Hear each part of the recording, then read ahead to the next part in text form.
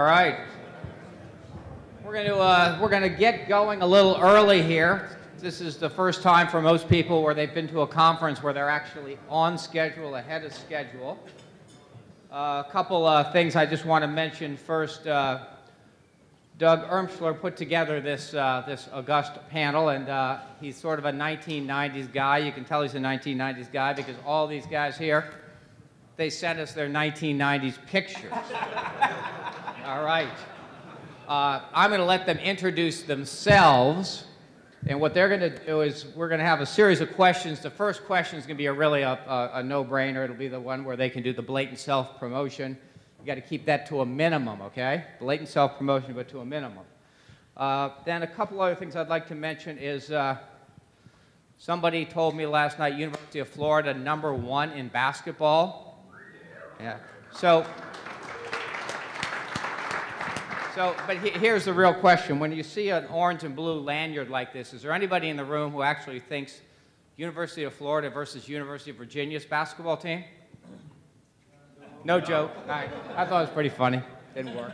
All right. All right. So anyhow, first question. Please provide a brief background of your company and specifically talk about your presence in Florida. And I'm going to let, and by the way, this is sort of a little bit of history because we're going to have another question on forward. Denny Oklak, CEO of Duke Realty, will start it off.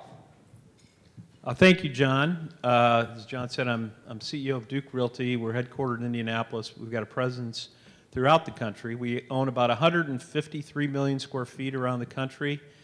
Today, we're about 60% industrial, 25% suburban office, and about 15% medical office.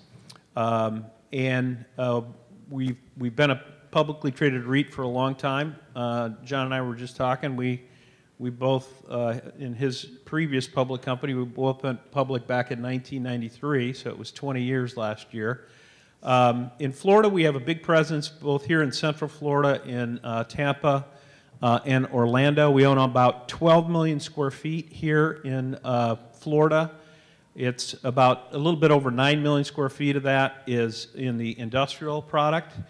So we own basically all industrial and here in Tampa. And then down in South Florida, which South Florida for us is really primarily Broward and Palm Beach County.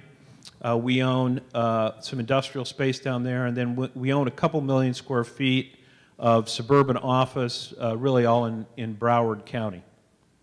Great. Next, John Williams, founder, CEO, chairman of the board, Preferred Apartment Communities. Thank you. Most people would probably know me as the founder of a company called Post Properties. Again, took it public in July of 1993 in what we call the modern era of REITs. It was after UP-REITs became popular. So I got in the real estate business in 1967, have done a ton of development in Florida. I think around 20,000 apartment units. My new company, we own 3 properties in Florida, but obviously we'll grow and expand that platform over time. We're a little bit of a hybrid company in that we raise money through the non-traded world, but we are a public company listed on the NYSE market. So we're a little bit of a unique company, and maybe we'll get a chance to tell you a little bit about our story later on. Great, thank you. Mike Carroll, CEO, Brixmor, just private for a number of years, just came public a little bit ago. Tell us the story. Sure. Thanks, John. Yeah, Mike Carroll, I'm the CEO of Brixmor Property Group, and as John said, we are a recent IPO after being private for several years. We just debuted on the New York Stock Exchange at the end of October, and so, as this panel goes, I'll have some interesting perspective around that. We are a national owner of community and neighborhood shopping centers. We have over 86 million square feet. And a very big presence in Florida. We are the largest wholly owned owner of grocery anchored shopping centers in the U.S. We have 58 centers totaling over 9 million square feet in the state. Publix is a big tenant of ours, obviously. and that's really the core to our business. And then we do have some other community-type properties, and I hope people enjoyed Point Orlando and the pub and some of those restaurants last night. That's one of our signature properties here in Orlando. Great. And Jim Heistand, homegrown Parkway Properties. Moved Parkway just here about a year or two ago. Tell us a little bit about Parkway. Thanks, John. Yes, well, Parkway's been a public REIT since the early 90s as well. I've only been in this role for about 2.5 years. In 2011, my private company, Eola Capital, we merged with Parkway, and shortly thereafter I took on this role. But we are a Sun Belt office company that's in Charlotte, Atlanta, Houston, Austin, Phoenix, and Jacksonville, Orlando, Tampa, and Miami. We've got 3.5 million square feet in Florida, between Jacksonville, Orlando, Tampa, and Miami. For example, here we own the Bank of America building downtown, the Wells Fargo building downtown. So our view is more mid-rise and high-rise and CBD and kind of, as we call them, urban infill environments throughout the Sun Belt. Great. Okay.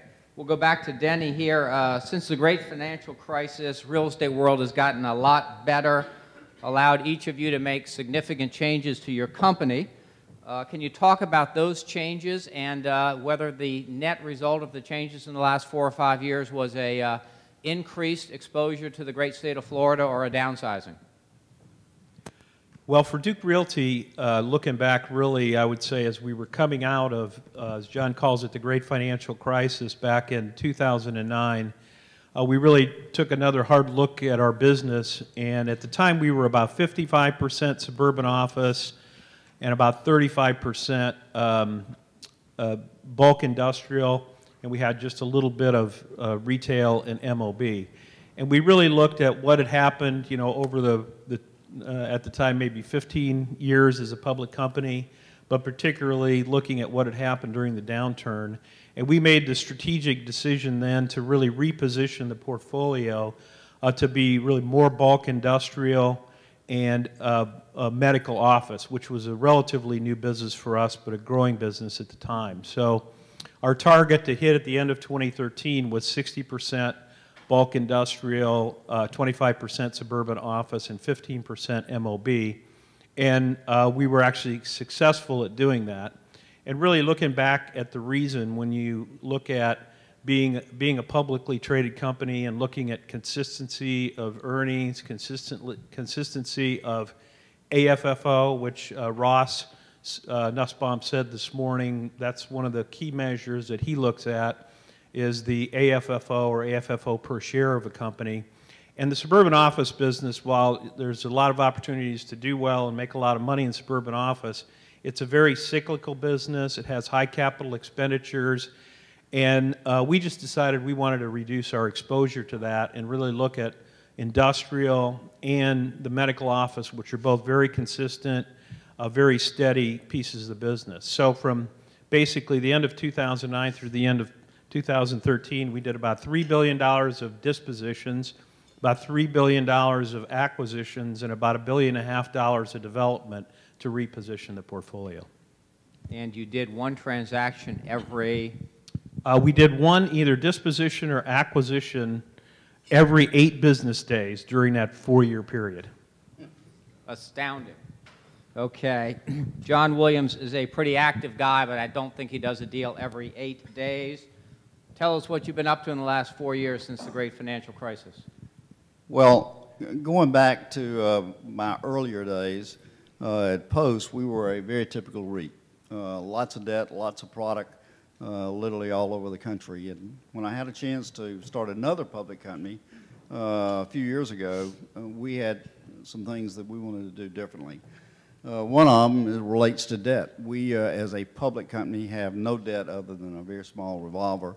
We don't guarantee any debt. We don't accept any bad board provisions. We don't accept any environmental debt whatsoever. So people ask me if I go to bed and sleep well at night. You damn right I do. Debt is what would make you not sleep so well. And we don't cross-collateralize any assets. So we have some markers for us that make us very conservative and very careful. Now, what we want to do from a market standpoint, obviously Florida is with its rapid growth, would always be on somebody's list as a place to want to invest and own real estate, particularly apartments. But our philosophy is to study and keep before us approximately 20 major cities throughout the United States. The criteria for these cities are all a million or more in population, dynamic job growth and household formation that we feel would be appropriate. And then we subtract the cities that we think the cap rates are nutty, like New York, Boston, Chicago, San Francisco. So that's essentially our philosophy. Good, good. Michael? Well, John, I've got stories for you if you want to talk about the credit crisis. I think we generally were we rebranded ourselves to Brixmor Property Group a couple of years ago, but going into the credit crisis, we had been acquired by a company called Centro, an Australian company, and we're really kind of the first guy to blow up in the business. It was a leverage model. The Centro model was a leverage model, living off of CMBS debt and the availability of it. So we went into that late '07. We had big maturity default, a couple $2 billion maturity default that we got lenders to work with us on. And I didn't sleep well at night, a lot of those nights. At one point, I think our peak, we were 109% leverage, right? So there's good news and bad news there. The bad news is the leverage. The real good news is when you owe the banks that much, you're no longer a borrower, you're a partner. And so they need you as much as you need them. So we worked our way out of that, eventually migrated ourselves to a sale from the Australian parent to Blackstone, and then started to recast and reposition the company. Over that time, we disposed of almost 240 assets, I'm going to say 15 million square feet, and really tried to hone our business and focused on what was working well for us. And it was grocery-anchored properties, very resistant, to just kind of the old adage, people have to eat no matter what the times. And we saw in the recessionary times, sales went up. Shops stayed leased. There was consistent traffic. And we really tried to migrate our portfolio to that. And with a focus on top 50 markets was really where we're positioned ourselves today. So we shed a lot of, let's say, smaller markets, the markets that were on the cusp of housing growth where we were betting that it would come and whatever. And so we really tried to refine ourselves. And also aligning with the best in the market grocers. At the end of the day, it is a very competitive business, and the recession and the GFC showed that weaker players that didn't have market share were going to vacate markets and leave. And so to be with really the top player in a market was really key for us. Great, great. Jim, interesting story. Jim sold his company from private company to a public company, including the management business, which he did very, very well.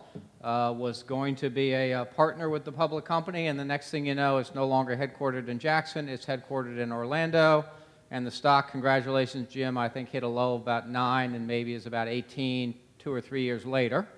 So in 30 seconds or less, how'd you do that? 30 seconds.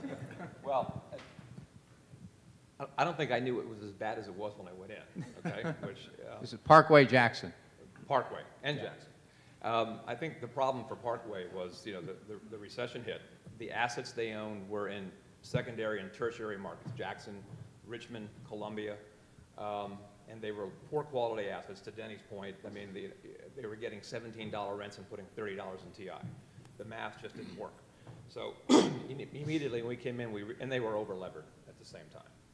So what we did right away was sell all of the non-core, as we call them, non-core assets, and developed a strategy to be in Charlotte, Atlanta, the markets that I mentioned in the past, but more specifically to go into certain sub-markets that we saw typically will outperform the overall market, which would be Buckhead in Atlanta versus Alpharetta, West Shore in Tampa. And so in those, we were going to go and get scale. So immediately we sold off $900 million of assets, took huge impairments because the company had paid a lot more for them, and bought them in the public format because day one they might have been FFO accretive. But when the market turned, it exposed all of the flaws in the portfolio. So we were able to sell that, delever the company. The problem was we had no capital, nor did we have access to capital.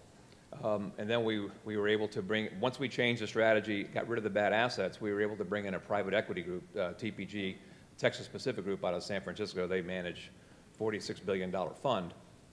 And they made a $200 million investment into the company, which gave us the first cash to begin to acquire the kind of assets, the high-rise assets. We bought the Bank of America Tower in downtown Charlotte from Bank of America Hearst Tower, 1 million square feet, and began to assemble assets like that. And then subsequently, we've been able to have 3 equity raises, so a total of $800 million of equity. We went from a enterprise value of $800 million, now we're $3.2 billion, an equity cap of $200 million to $1.8 billion in equity cap. So it's been a busy 18 months, 18 years, 18, whatever it was, 2 years, 2.5 years. What day is it? What city are you in? I was in Chicago this week, in New York, road shows, conferences, so I'm a bit worn out. So. And Houston and Austin last week. The week before, right? Yeah. All right. Development. Development, to some people, a dirty word. To other people, great opportunity. Talking with same order, because I like these guys who've got the rhythm down. Talk about when you're thinking of development these days, Denny, what are you thinking? What's the appropriate risk level? Which markets do you like? Well, we've... Think Florida. Think Florida, too. I'll think Florida. You know, historically, we've sort of been developers our whole existence. Even we were basically a private company for 20 years before we became public, and that's really our history. So we've always focused on that. You know, we do like development because I think you can make better margins, especially when you start looking at trying to grow a company in this kind of environment with the cap rates where they are today. And with, you know, where our cost of capital is today, it's kind of hard to make much of a spread because as the analyst panel said today, we've got to keep our leverage fairly low. So, you know, today we have, the one thing you have to do as a developer is keep a land bank. So we have a land bank now where we can do over 50 million square feet of additional development, and really 80% of that is industrial today. So we own land in all the markets we operate in, which we operate in basically the major industrial markets around the country. And we started in the Midwest, so we have a big presence in the Midwest. We do a lot of development. Last year we started about $670 million of new development. Most of that was on the industrial side. So far during this cycle, we've been focused more on build-to-suits. A lot of our business is coming from e-commerce kind of folks on the industrial side. We really focus on the larger warehouses today. About 40% of our portfolio is in properties that are over 500,000 square feet, and only about 10%, under 10% today, is in properties under 100,000 square feet. So we've done a small amount of spec, but we've really been focused on the build-to-suit at this point in the cycle. Good deal. Thank you. John, developer at heart? Correct. Again, going back to the post days, I would guess we developed something in the neighborhood of 50 to 60,000 apartments, but having a new easel and new canvas to work with, starting another company, we decided to do it somewhat differently. So we don't do development ourselves, but we have development partners that will go out and source locations and source transactions, and they get their own construction loan. We provide a mezzanine loan that generally is in the neighborhood of 30 to 35%, could even be more if they need it. And based on that, we get current income off the loan, but most importantly, we get an option to buy the property after it's been stabilized at a 50 BIP difference to essentially the then going cap rate. And if we can't get together with a developer on what we think the discount is in the real cap rate, then there's an appraisal mechanism that gets us there. But essentially, we get current returns, we get a product that we want and like because we've given the developer the specs and have been involved in the planning stage. And then at the end, we get a chance to buy the property at a discount, and on a typical apartment transaction, that would be $4 to $5 million of discount for a brand new property. It's a hell of a deal, and it sure does beat ramping up and having a development operation to do the development that we have today. We have about 13 properties under construction from Irvine, California to Pittsburgh to Naples, Florida. To do that kind of development, we feel like we would need to have a development staff of somewhere near 100, and we're doing this with a staff of about 3. So it works out well with us. Great. Mike, well, I'm going to throw you a little bit of a curveball here. Talk about both development of Brixmor, sort of the development in your product type in the retail world, and then the next question, which we're going to ask everybody, and we'll also let Mike sort of dovetail here. Talk a little bit about functional obsolescence and your concerns in the retail world as the retail world's changing significantly. Okay. All in 30 seconds. I can do it, I think, maybe. Take your time. The first part's easy. Brixmor really doesn't develop, so that we're more of an acquirer or redeveloper, and I can circle back to it. But I think, you know, for this group, I'll share some numbers with you. Development in the shopping center space. 2006, our industry delivered over 200 million square feet of shopping centers. Last year, less than 16 million square feet. So just think about those numbers. Over a 90% decline in the amount of product being delivered. Literally, we're, you know, a broad-based view of the U.S. market. There's very, very little being built and very, very little in the queue to be built. And I think if you look around and think about tenants today, people say, well, rent levels don't, you know, when they'll raise to a level to justify it and what have you. But the drivers, and Florida's different because Publix is a driver and Publix is still doing things. But you think about the typical drivers, there really aren't Target stores being built today. There aren't Home Depot. There aren't Lowe's stores being built today. There's very few grocers who are out looking for new store development today. They're more focused on their existing product. And the landscape is just, I'd say from a retailer perspective, it's changed where we're still in a deleveraging view of the world where I want to be as efficient as I can. I want to do more out of the same space. I want to do more out of less space, maximize my sales, my profitability within the box, and not a growth for growth's sake. And it really comes out of just the muted retail sales you see around, you know, the country right now and the numbers that come out. People don't have the confidence. The sales aren't strong enough to say I'm going to go out and try to drive a lot of new sales growth because they just don't see it in their markets. And so I think we're in a period, you know, nationwide here where you're just going to see very little development out over the next 5 years. I think Florida's trends are a lot different because you have strong population migration. You do have a driver here with Publix on the supermarket side that's still doing stuff. But I think broader, we're in a long period before there's going to be any real meaningful development.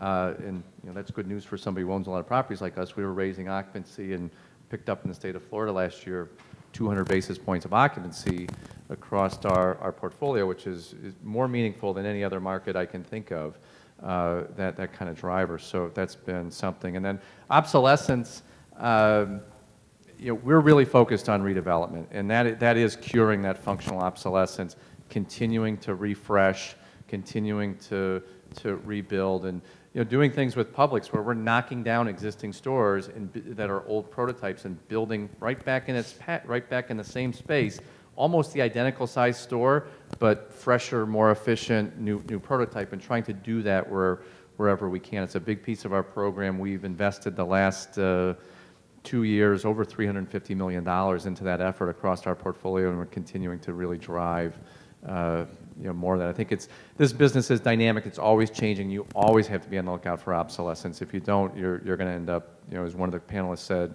one of the presentations earlier, just dead shopping center space. Jim, as you got to know the Parkway portfolio, functional obsolescence, that term probably crossed your mind on occasion.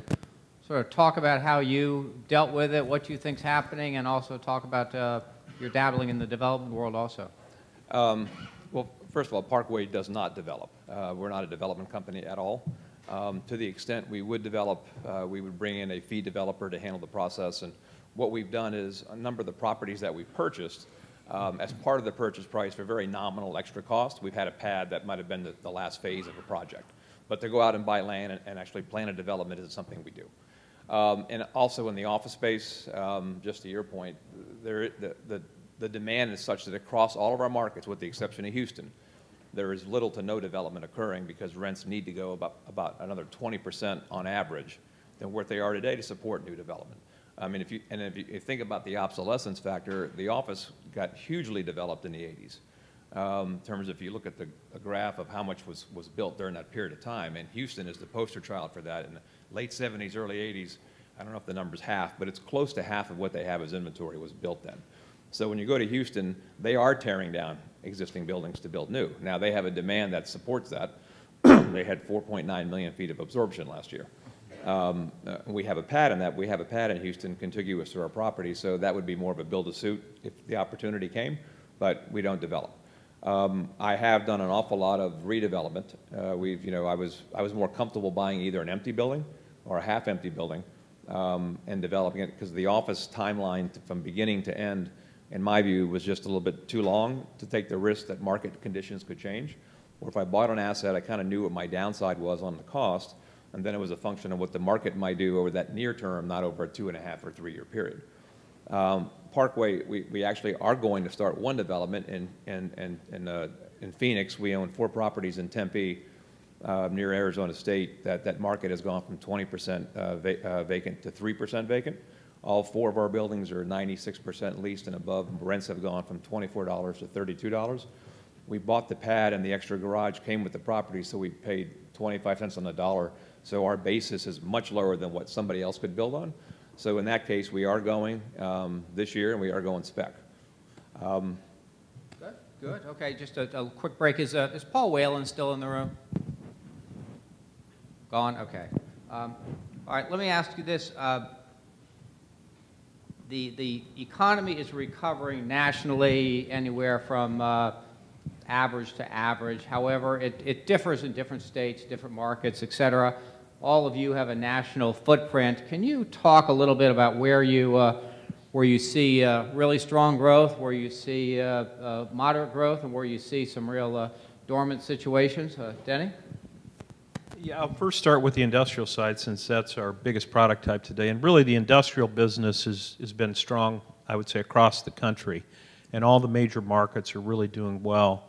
You know, our bulk industrial occupancy is getting close to 96% now. And that's on, again, about 126 million square feet. So what we've seen as far as demand drivers, clearly the e-commerce business has been a big demand driver. Again, as we focused on the larger bulk product, we've had a lot of success with the e-commerce folks. And I think when we look at industrial, really think about the potential for overbuilding, which is usually the quickest thing that hurts the industrial market. And today, you know, most of the markets have stayed pretty much in check. Seen, you know, a fair amount of development out in Southern California, the Inland Empire. Houston has had a lot of development, but also a lot of very strong absorption there. Seattle's had a fair amount of development. And then most of the other markets really have stayed in check. Of course, you know, Dallas is always one where there's always a fair amount of spec, and it's going on today. But again, overall, that market's really stable, and I really would say it's pretty consistent around the country. The suburban office market, we're only in about 5 or 6 markets today. And a couple of the Midwest markets, it's still relatively slow there, although it's picked up some. The Southeast markets that we're in today, Raleigh and then South Florida, which, as I said, for us is Broward County, have been pretty strong. Raleigh's been very strong. And then, of course, Washington, D.C., with all the things going on with the federal government where we have a presence there, that's been relatively slow over the last 18 months. Good, okay. John, what markets and just sort of economic growth profile, where do you like what you see and where don't you like what you see? Well, fortunately, the apartment market is doing well throughout the country. not so much in tertiary cities, but in major cities.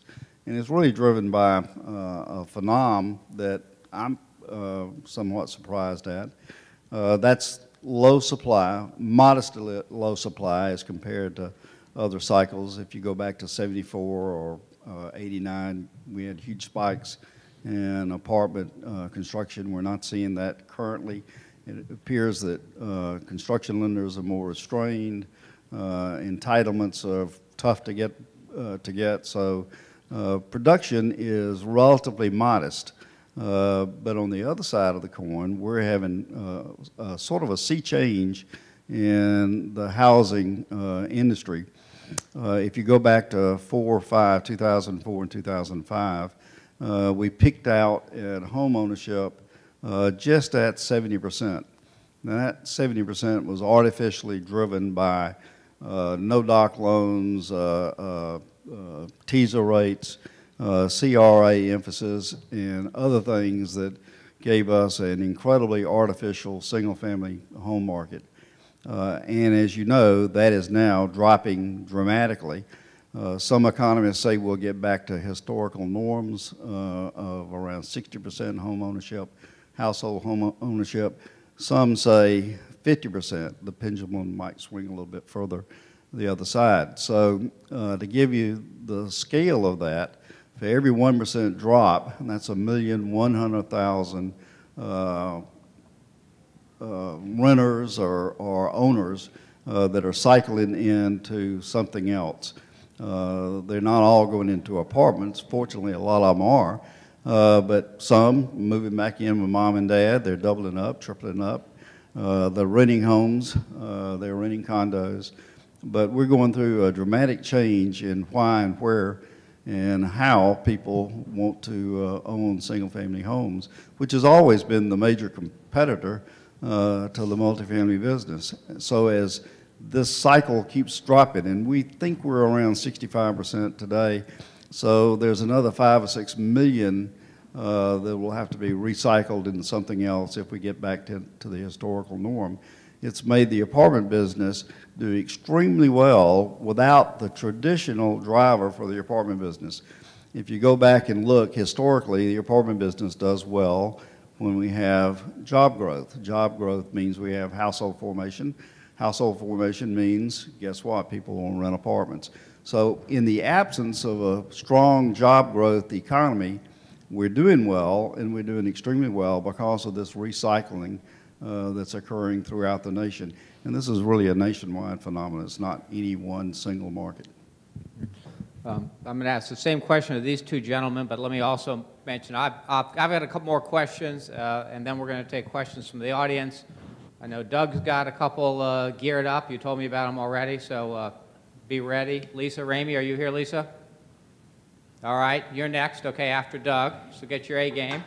And I want to hear about where you see economic growth and why, and then we're going to actually come back, and I want to ask Denny, we're going to ask you about your transformative transaction, which really put you on the map in Florida. And then, John, I want to also have you, if you could, touch a little bit on functional obsolescence in the apartment world. But economic growth, Michael?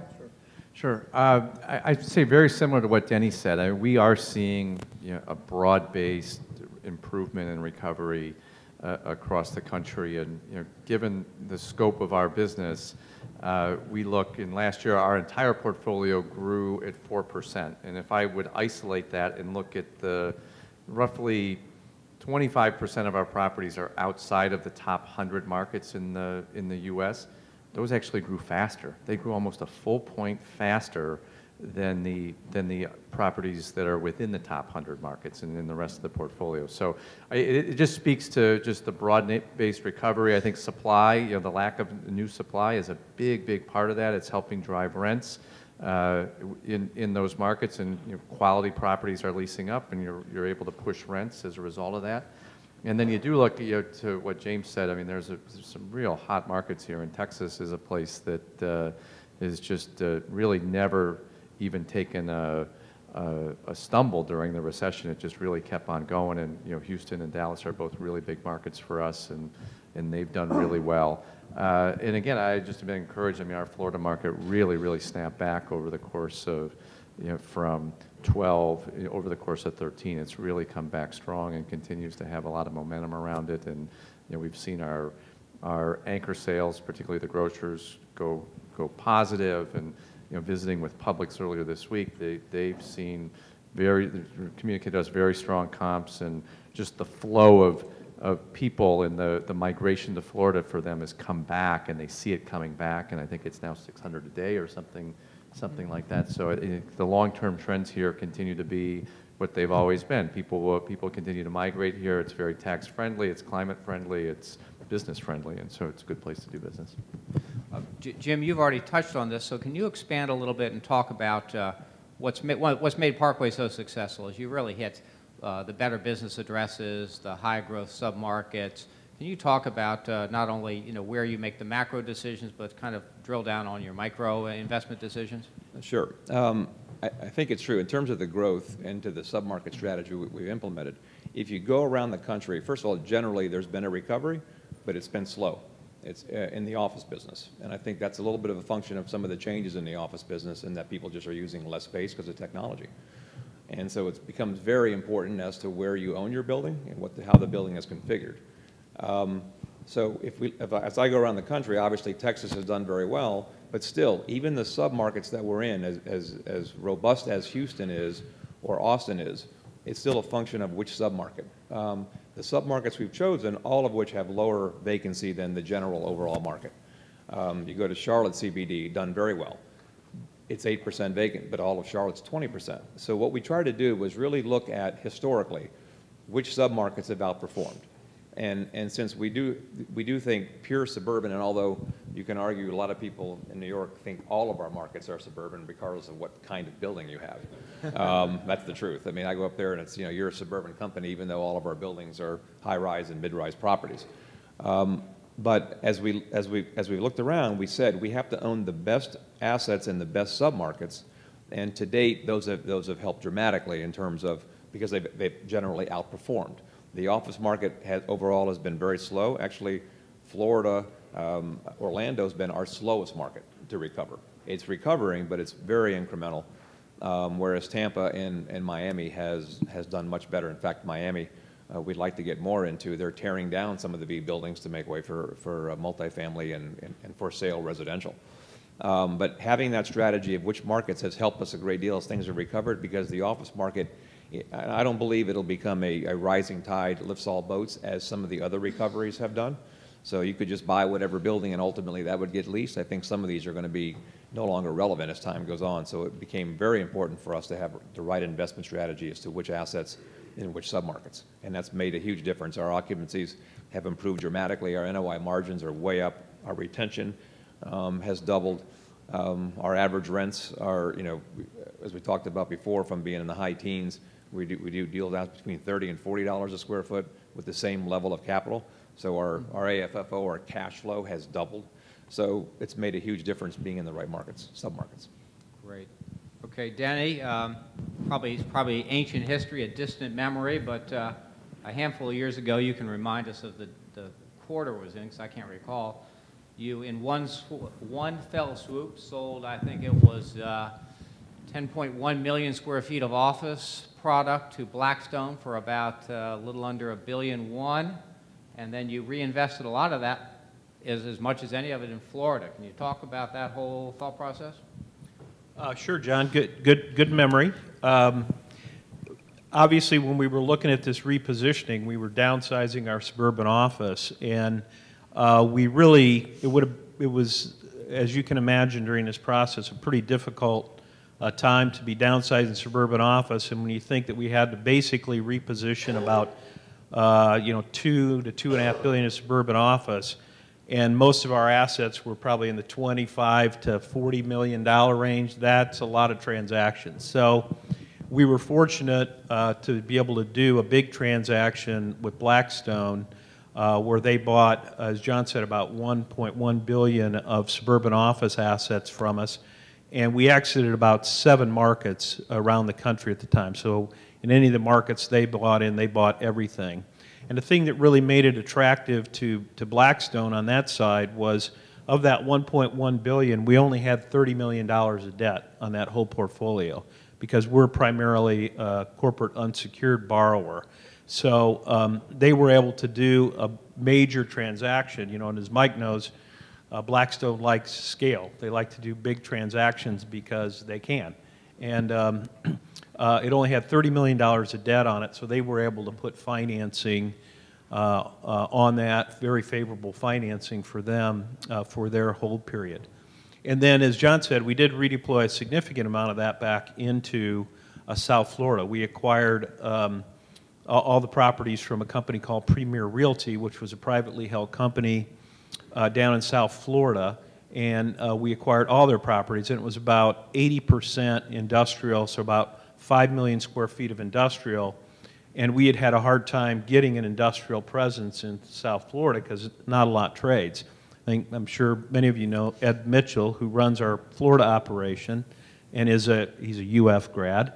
And Ed had worked with Premier years before he went to CB and then came to Duke Realty, so he had a relationship. So we were really able to do that transaction in an off-market deal. So we basically, that was almost a $500 million transaction for us then on the other side, and we got a significant presence on the industrial side in Broward and Palm Beach County, all right along the I-95 corridor.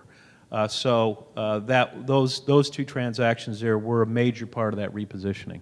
Deal. Okay, John, this is my last question, and then Lisa, you can either ask a question or you can ask Doug to ask a question. Your choice. But to John, talk a little bit about functional obsolescence in the apartment world. Does that exist, or is it just does the price points just get pushed down? Well, you just go down on the scale. Apartments are generally thought of as A, B, and C, and if you have functional obsolescence, you go from an A to a B. That probably means you have 8-foot ceilings instead of 9-foot ceilings, and if you have a terrible location, you might even drop on down to a C. So very rarely do apartments just get so obsolescent they can't be recycled and rented to somebody. Okay, okay.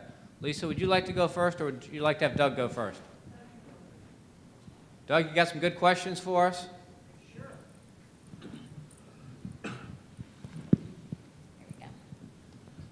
And by the way, just to make sure, introduce yourself and tell the audience what you're up to these days, in case they don't know. Well, thanks, John. Well, first of all, thank all of you. Self-promotion here. Self-promotion. Go ahead. All right. You're back on the you're on the panel if you ask a question. That's right. Doug Ermshire. I am the market director for Jones Lang LaSalle, so I oversee the state of Florida for Jones Lang, and spent 19 years at Duke Realty. So it's great to have Denny back here on the panel, and appreciate all of you for coming and joining us.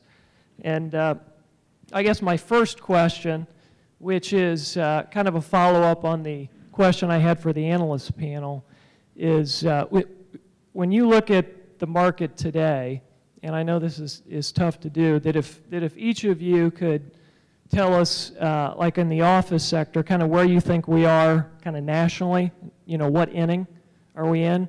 And then when you look at Florida, how do you think it ranks? I know it's tough, you're in different cities, but just kind of on average, nationally in each food group, and then in Florida. And then John, if you could follow up with that based on your conversation with your cronies on how it kind of matches up with them. I can't do that, but they can answer the question. Yeah, no, I'm kidding. Go ahead. All right, who wants to start? Anyone want to grab Doug's question? Well, I think Jim? you're asking about the office? It's funny, I mean, I just got back from Chicago and New York, and I've asked that 100 times, so my answer is 5. We view it kind of nationally in the 5th inning. From that standpoint, you know, TPG, who's a big investor in our company, spends an awful lot of money on macroeconomics. And actually, we were their investment into the Sun Belt office for them. That's one of the reasons they came into the company. And their view is similar in that, you know, we see it firsthand that while you have other markets in Houston, you know, their rents are above pre-recession levels, and there is development going on. Generally, the rest of the market is still slowly recovering. there is no meaningful development that we see on the horizon in any of our markets, with the exception of Houston. So, you know, as we've kind of looked at it, we still feel there's still opportunities to acquire assets that still have a good runway to go relative to rents. But, you know, that's kind of our best guess. You don't know, but, you know, things change quickly. You got to constantly be looking and paying attention. You know, people ask you, what's your plan over 5 years? And I don't know. You just got to always be watching what's going on around. If all of a sudden I start to hear more things and see more things and see cranes being you know, started, then it's going to change my whole strategy for the company as well too. So as we see it right now, that's our best guess overall. And for Florida, I'd say generally Florida's lagged. You know, parts of it are better, but in generally I'd say that's more like a 4. So I'd say it's below the average. Michael? Yeah, I'm going to be very similar. I think, you know, nationally, I would say 6th inning for retail, and it's a little bit bifurcated. If I look out across our industry, anchor space has basically been resolved, and I would say industry-wide, we're basically at full occupancy as it relates to anchors at somewhere, you know, 97 or higher. The weak spot in the market still is shop space. There's still not a lot of, you know, access to capital for local and regional retailers, and so it's been a little bit of a struggle, and I think there's room to go to get there. Rents have been trending higher, continue to trend higher. If we look across our portfolio today, we're signing new leases about 25% higher than where portfolio average rents are. So it's a good sign, but still they're not enough that would, you know, really justify a lot of new development today. And then if I look at Florida, I'd agree. I think Florida is a lag still. I think it's, you know, from the retail side, there was a lot of overbuilding. There was a lot of building based on, you know, housing permits and, you know, subdivisions that were going to come and different things like that. And particularly a lot of what was built from the development side, in my view, was built for profitability, where there was a minimal amount of anchor space that was supporting an exorbitant amount of shop space. And so that's still getting rectified through the system, and, you know, I think it's, you know, again, in our portfolio, it's closing fast. I think, you know, the Florida gap is accelerating, but it is behind where the rest of the country is. It would be, a cycle would be about every 7 years. I think in particular as it relates to the apartment industry, that cycle might have been broken. It is because of changes in demography, lifestyle changes, and other reasons that make me think that we are going to look at a 10-year cycle. So if we think the improvement in the cycle started at 9, it would tell me that probably by 19 we better watch out. But that gives us a few years to run. I guess just a couple comments on Florida, Doug, is, you know, when you look at our portfolio, particularly, let's start with the office side down in Broward County, that portfolio really held up pretty well all the way through the downturn. We only had one issue. We had one tenant bankruptcy that we've now backfilled, and that portfolio is in 92, 93% leased today. And other than the bankruptcy, I think would have stayed above 90% through the whole downturn. So I think that market's held up pretty well. And I think really the industrial market has come back. When we bought that Premier portfolio, we were about 85 or 86% leased. Now we're over 90% leased. And I know Ed hopes to get a few more leases signed to get that up into the mid-90s here pretty soon. You know, our portfolio, industrial portfolio in Tampa and Orlando, is 97% leased today. So the markets here have been strong. Good, good. Okay, and Doug, you asked, oh, I'm sorry. Well, I'll just answer very quickly. I think the only thing I'd add to it is that when you're looking at the retail world, is much more of a national conversation. When you're talking about the office world, which is the other end of the spectrum, it's very much of a sub-market by sub-market. Danny would also tell you that the same thing is true on industrial, and that I imagine both Denny and Jim could tell you situations where one sub-market is showing double-digit rental rate increase, and a sub-market 4 or 5 miles away is still having negative absorption and negative or rental rate decreases. And it's just so location specific. But the, you know, the investment community in the nationally who's investing in REITs sometimes just doesn't drill down that far. Lisa, do you want to go, or do you want this gentleman over here? All right. And David, whenever you want to pull us off the stage, just do so, okay? Yep. Lots of pressure here. I had to ask a question. Okay. So this has actually been a really kind of positive panel, which has been great. I've been to a couple years ago that weren't as positive. So, you know, with rents increasing 25% and with, you know, your markets are looking good, we're kind of in the middle of the cycle, everything seems positive. What keeps you up at night? I mean, what worries you kind of over the next year, and then obviously who knows what's going to happen in 5 years, but kind of what are you strategically planning for to kind of just make sure that you hedge all your bets? Who wants to go first on that one? Who likes that? Denny, you're ready to roll. Well, I'll start. I think, you know, after having been in this business for a long time, as indicated by my gray hair here, it's sort of what John talked about. You know the next one's coming. It's just when is it coming? And so we've none of us in our industry have been terribly good at predicting when the next one was going to come until it got here. So, you know, but I'd have a tendency to agree with John that, you know, we should have a little bit of a runway here, and I think in almost all product types, because of, you know, the severeness of the last downturn, has really kept a lid on the developers and the supply side. So I think, generally speaking, we've got a little bit of runway. And then I think the other thing that is on our mind a lot is just the pricing. When you look at where cap rates have gotten to on all major, or most or all major product types today, again, looking at public company financing and cost of capital, it's getting a little bit more difficult to look at the kind of spreads you'd like to want on your investments today. So I think, and again, that cost of capital can change very quickly, and cap rates can change very quickly. So that's the other thing we're really keeping our eye on. John? Probably interest rate risk. There's no question that interest rates are going to start creeping up, and how you adjust to them, and what happens to cap rates if cap rates run in parallel to the interest rates.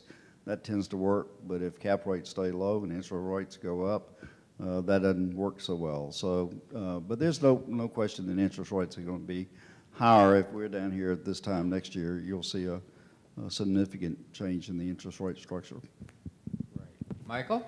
So from my point of view, retail is very dynamic, and so trying to stay on top of what retailers are doing, what they're, you know, whether they're shrinking store base, whether they're shrinking size, just the dynamic nature of that business, and then also how the internet affects it. We've been very focused on, you know, managing our, you know, the more commodity type items, whether it be our exposure to Barnes & Noble, what's happening with Office Max, Office Depot, and Staples, and particularly around that merger, and just trying to be very, very focused on where the internet may impact the way we should be thinking about our tenants, and so that's a key for us. Good. Jim? Yeah, and I'd say two things. To that point, I think our users are changing, so we really make sure it's very important, I think, going forward, that our buildings are functional and relevant to what the changes are from technology. We're just seeing that's been very rapid. So I mean, you can plan for that. I don't think it's going to turn overnight, but it's just something we're obviously mindful of. And interest rates, we don't have a rating yet for the company on debt. We've been able to get very cheap term loans. So what we've been doing is trying to push out our maturities as far as we can, taking advantage of the inexpensive debt as it is today. You know, cap rates have come down in theory because everybody expects you know, fundamentals to improve. So you know, it's hard to predict when that'll be. It is harder to find opportunities. To everybody else's point, the cap rates have come low. It's difficult to find acquisition opportunities that provide you the appropriate return. So you'd have to be watching, you know, maybe it's time to sell assets versus buying assets as well. Good. Okay. All right, now, since you're brave enough to ask a question, tell us a little bit about yourself, a little self-promotion here.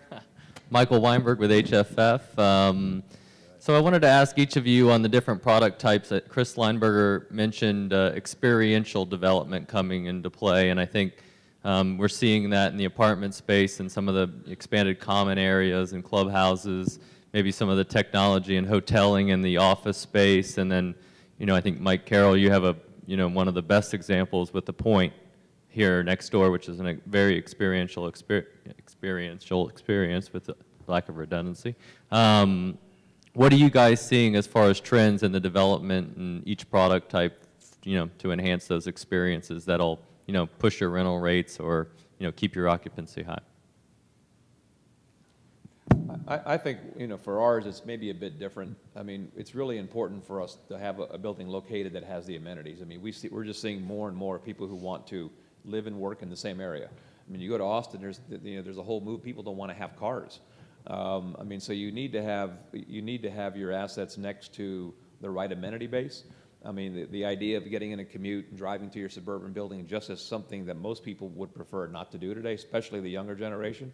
And I think the companies that we try to put in our buildings are very much concerned about having the right environment to attract the young talent.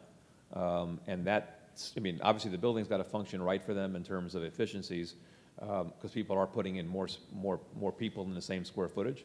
But that also means they can pay, they're willing to pay more if the building's in the right amenity-rich location as well, too. Michael? Yep. I would, concur. I think that the amenities and what gives, it's who you put in those properties that really give a character, in a sense, a place to the product that we have. We can do some things common area-wise that, in aesthetically with facades and streetscapes and what have you to make it look a certain way. But it's what those retailer and service providers bring that really create a sense of place. And for us, I mean, the Point is a good example. We used to have FAO Schwartz as an anchor there. We completely went a different direction, ripped that down, and turned it into really restaurant, entertainment-oriented type people to try to capitalize on the location that we have here. And so it's trying to work within what your trade area is, what your environment is, and what that trade area is asking you to do. John? Well, one of the significant changes in the apartment business is you don't really see much successful way out suburban apartment development. It doesn't mean you have to be right in the middle of the CBD, but you need to be relatively close in and close to jobs. And if you go way out, you're going to have an apartment that truly is going to be obsolescent and is going to go from an A to a B to a B to a C. So location always is incredibly critical. Technology in the apartment business is also very critical. The young people today that come into our apartments, they don't want any hassle when it comes to being hooked up to the internet. They want the fastest, the best, the quickest, and the most convenient. And generally, they want us to pay for it. I'll just make a couple comments on the industrial side. And I would divide the industrial really into two pieces of business. I'll call it the regional, the big bulk distribution, and then the local distribution. The large distribution, the big bulk, what we've really seen over the last few years is bigger buildings, of course, higher clear height. We're generally building probably minimum of 30 up to 36-foot clear. And then another big piece is parking on warehouse buildings, which you wouldn't think, but trailer parking, with the new trucking hours of service that are a few years old now. There's a high need to store extra trailers on site, and so the way we develop today, we really look at that. Then, the local distribution, which is the ones more in the 100 to 250,000 square feet, which is really the bulk of our portfolio here in Florida, in both Central Florida and South Florida. Those haven't changed. John mentioned obsolescence. Most of those, as long as you're sort of 24 to 30 foot clear, you've got enough room for the trucks to turn around in the truck court and those type of things. Those things have stayed pretty consistent, and wouldn't anticipate a lot of changes there. Good. Okay, it's 2 o'clock. I'm assuming everyone's about to turn into a pumpkin. It's Friday afternoon in Florida. Thank you very, very much for John. your time in the audience. Oh, I'm sorry. Give me 1 second. Oh, I'm sorry. That's okay. I wanted to just give everybody a little story about John. Oh, Okay. no. We can all do that. No. This is no. John came to my defense on an analyst call when I first took over. It was things were very bleak, all right? And so I was able to, as I told you before, we had bad assets, high leverage, bad management, we didn't have much. So once I was able to negotiate the deal with TPG to make the investment into the company, I had to announce it on the earnings call. And another analyst that follows us with Citi got on and was just hammering me, because what we did is when they came in, $200 million. It was paid. They were paid the same. We needed a shareholder vote. So until the vote came, the $200 million received the same dividend as our common dividend shareholders. If we didn't get the positive vote, the cost of that ramped up pretty onerously. So in effect, the existing shareholders were sort of forced to vote for it, right? And I had looked at all the options for the company and felt this was the one I had to make. So on that call, and they paid a 12% premium to where we were trading at the screen. So he's on there, and how could you do this to your shareholders, and just, berating me. So John's, finally he got off for a second, and John got on. He goes, let me get this straight. Instead of this is what you said, hauling your ass around the country, raising money at a discount to where you were trading, around $8, you were able to get somebody to give you $200 million at a premium at 11 1/4. I think that makes sense. And then he kind of shut up. So, John, thank you very much.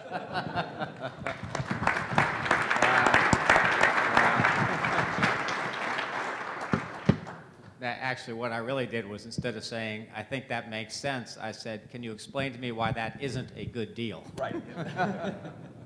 All right, thank you all. Thanks for sticking around so late. And for the four of you, you all did an admirable job. Thank you very much.